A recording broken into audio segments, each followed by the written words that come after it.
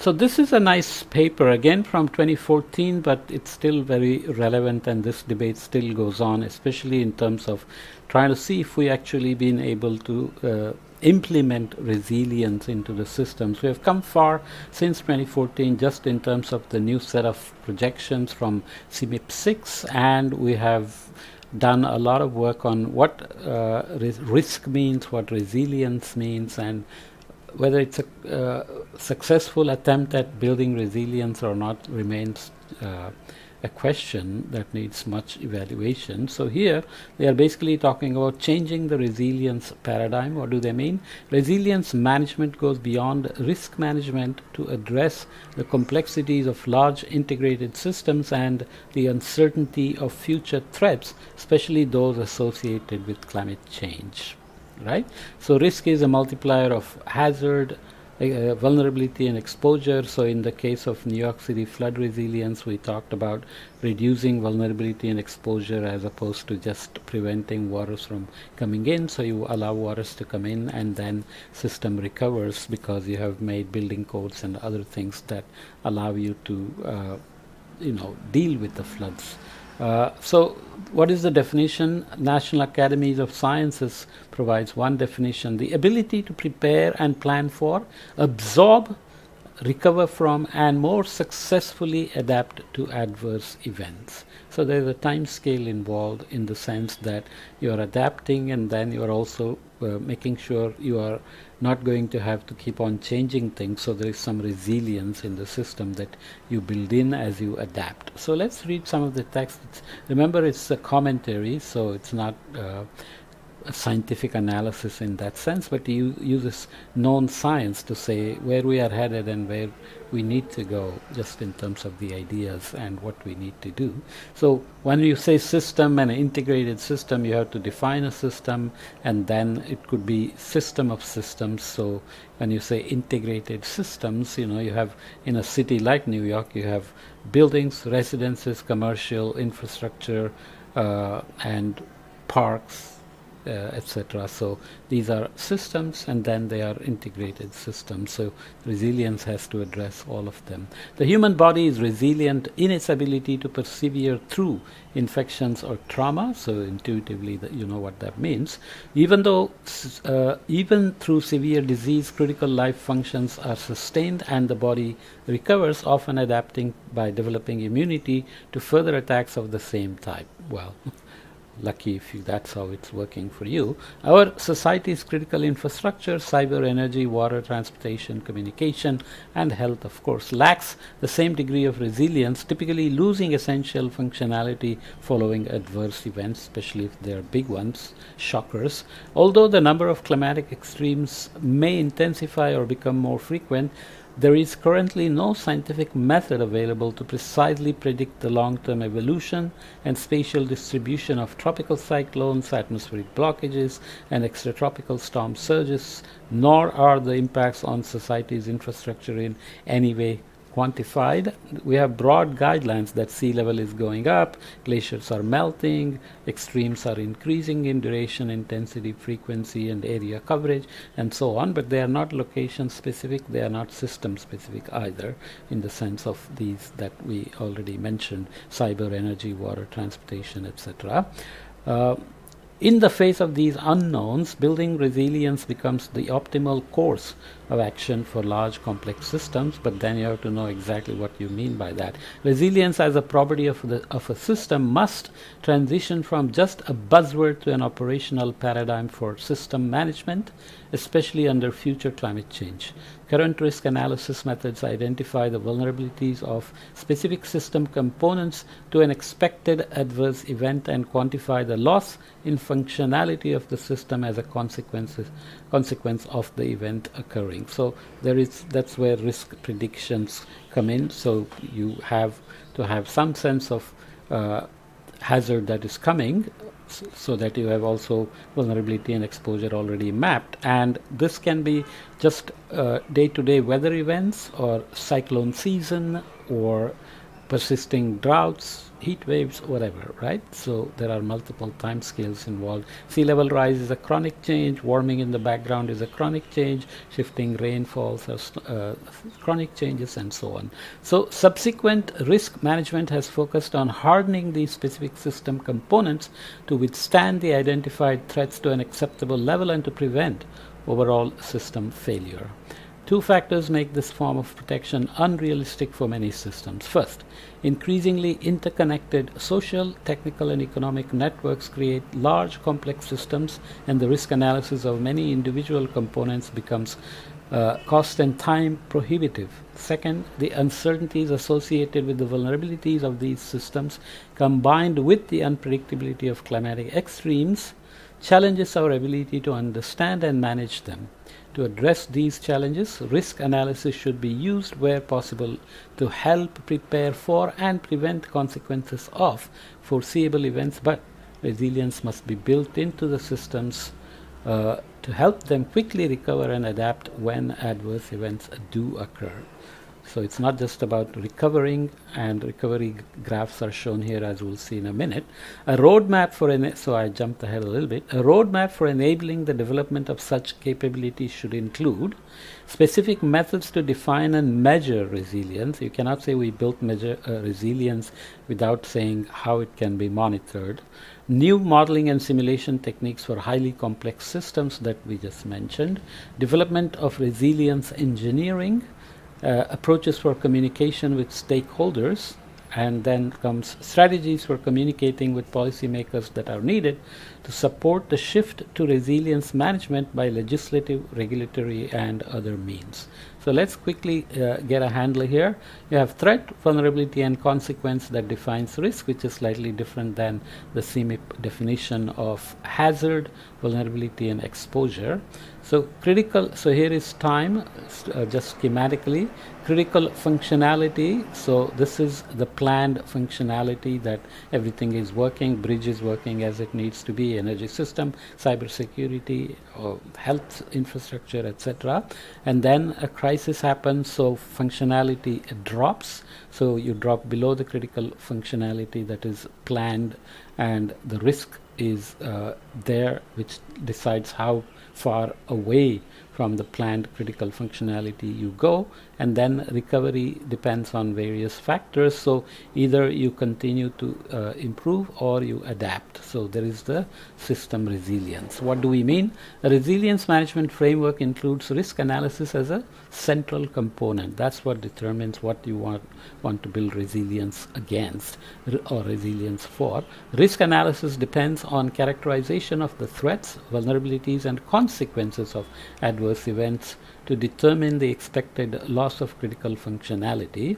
The National Academy of Sciences definition of resilience places risk in a broader context of a system's ability to plan for, which is what is here, recover from, and adapt to adverse events over time. In the system's functionality profile, risk in a system is interpreted as the total reduction in critical functionality, and the resilience of the system is related to the slope of the absorption process and the shape of the recovery curve. How quickly you recover is a measure of your resilience, right? So back to full functionality as was planned beforehand. Okay, so that's the recovery curve, indicating the temporal effect of the adverse event on the system. The dashed line suggests that highly resilient systems can adapt in such a way that the functionality of the system may improve with respect to the initial performance, enhancing the system's resilience to future adverse events, which obviously is more critical with climate change expected to bring more extreme events, in this case of sea level rise, flood, storm surge, inundations, cyclones, etc. Schematic. Here is a schematic representation of changes in critical functionality over time, showing the interplay of risk and resilience in a system's performance during an adverse event. Again, you're looking at time and critical functionality. We looked already one of these where it's like a low risk low resilience kind of approach. So let's do it systematically. The size of the initial perturbation reflects the total risk to the system, while the shape of the recovery curve is controlled by the system resilience. Actually, the size of the initial perturbation also depends on how resilient the system is. So if every storm cannot knock off a bridge, for example, only a major storm or an earthquake has to knock it off. So perturbation itself or its consequence depends on somewhat the safety factor or the resilience that is built in. The area under the curve is indicative of the overall system functionality. The systems that face high risks with high resilience perform better than those facing similar risks but with low resilience. Systems with low risk but also low resilience may perform the same as or possibly worse than systems with high risk and high resilience. Just because risk is low, even if you built in low resilience, recovery and functionality can regain very quickly, whereas even with a high resilience, if risk is high, you may face difficulties in coming out of that perturbation. So here is a low risk, so the perturbation is small, but high resilience, so recovery is much faster in terms of just the slope. So here you have high risk and high resilience, so you're imagining a bigger perturbation than here, and the recovery has slight kink here, so it is high resilience, but you can see you get back to functionality as planned relatively quickly, even though it's not as quick as here. So this may perform better than this in some sense. And here you have low risk and low resilience, so recovery is longer, but risk is also low. And here you have high risk and low resilience, so the recovery can take a long time, especially compared to here with a high resilience system. Very schematic but very intuitive as well, right? So and jumping ahead again about the costs and system definitions, modeling risks and resilience and measuring them, etc. Recent natural disasters and their effects on local socio-techno-economic systems provide examples where resilience management could supplement risk management to improve outcomes following the events. In 2012, Hurricane Sandy struck the Atlantic coast of the United States, flooding major metropolitan areas in New York and New Jersey and leaving large populations without fresh water or sanitation facilities. They got knocked out. The U.S. Army Corps of Engineers, among other agencies, has traditionally used risk management to address flooding in this region, building resilient systems to reduce the impact of future events and speed recovery will involve the integration of a combination of structural measures such as seawalls and levees that we talked about in the last podcast, wetlands, beach nourishments, etc., as well as non-structural measures such as management of floodplains and natural and nature-based features such as beach dunes complexes and wetlands.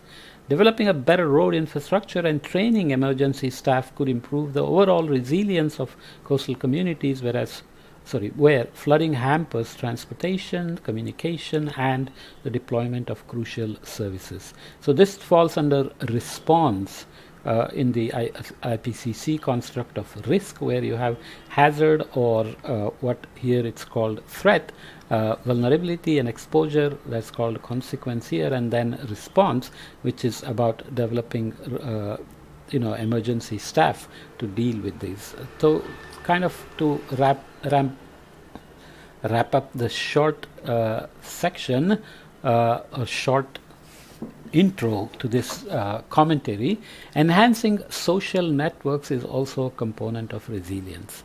How people deal with it together, how they help each other, makes a big difference. The meltdown of nuclear reactors at the Fukushima Daiichi power plant in 2011 following an earthquake and tsunami led to a crisis situation from which Japan is still recovering. That was 2014, but many after effects still remain. In some ways, Japanese society has proven resilient in the face of this calamity as communities have come together to rebuild and move forward. At the same time, radiation has turned some communities into ghost towns, and daunting efforts are required to decontaminate large stretches of land. And Japan is a small country with very little land to begin with. Resilience must be considered over different time horizons. Immediate, for example, evacuation and medical services. Intermediate, so establishing temporary communities to maintain social connections and cleanup operations. And long-term, where permanent relocation and funding to rebuild are provided. Japan has persevered in the face of this large calamity, but it has also experienced policy shortcomings that have further strained affected communities and prevented rapid recovery. So they were not prepared for such a huge shock. So resilience of the system, as good as it is, was not sufficient for quick recovery from this massive perturbation. Climate change, among other stresses, jumping ahead, might produce events that cannot be precisely predicted, analyzed, or prepared for with traditional risk analysis techniques. Moving forward, resilience will be a key component of sustainable development, striving to meet the needs of the present without compromising the ability of the future generations to meet their own needs. This is a very broad definition of sustainability. Resilient systems share qualities of sustainable systems because they are able to minimize the negative impacts of adverse events on societies and sustain or even improve their functionality by adapting to and learning from fundamental changes caused by those events. So as I mentioned at the opening, Per Becker's book, which I have recorded and will post, says basically that you are on a sustainable pathway, well mapped based on all your region-specific, location-specific risks, vulnerabilities, exposures, response systems, etc. But shocks will come, you will deviate from the sustainable pathway, and resilience is about coming back to the sustainable pathway among chronic risks and acute risks. So in summary, risk analysis and risk management based on probabilistic quantitative methods have been widely adopted and have been useful for dealing with foreseeable and calculable stress situations. Benchmarks and thresholds for risk analysis are built into the regulations and policies of organizations and nations. However, this approach is no longer sufficient to address the evolving nature of risks in the modern world. So that's where the paradigm shift is needed. Moreover, the increased complexity and interdependency of many of society's critical networks presents a fundamental challenge to even the most comprehensive and sophisticated risk analysis. It's very tricky because risk analysis requires tremendous amount of data, socioeconomic data, which is very difficult to come by. Okay, therefore, early integration of resilience into the design of systems and the regulatory structures of systems management is needed to address the emerging issues associated with complexity and uncertainty. An urgent need exists to complement the existing knowledge base of risk analysis and management by further developing frameworks and models enabling system-wide and network-wide resilience analysis, engineering, and management. So risk map is not stationary, it's not static, has to be constantly upgraded, and vulnerability maps have to be upgraded, exposures have to be re-evaluated all the time. Although research and development on methods and tools is progressing, establishing channels of communication for transparent dialogue on resilience management with stakeholders such as industry associations and policymakers is essential for timely and broad acceptance of resilience concepts. Stakeholders should be not just industry associations and policymakers, but the people themselves whose lives will be affected by these measures. Any interventions, even if they are for their good, must be developed with the people's engagement, otherwise acceptance, implementation become tricky. Okay, so let's leave this here. It's a nice commentary and I have again been brief. But I always try to capture the most salient points, so just as an introduction to the topic, my podcast should be a good starting point, good enough starting point, let's say, but idea is that if you feel interested, you will go back and look up the paper and all the nice references these articles provide as well. Okay, see you in the next podcast on another aspect of resilience then.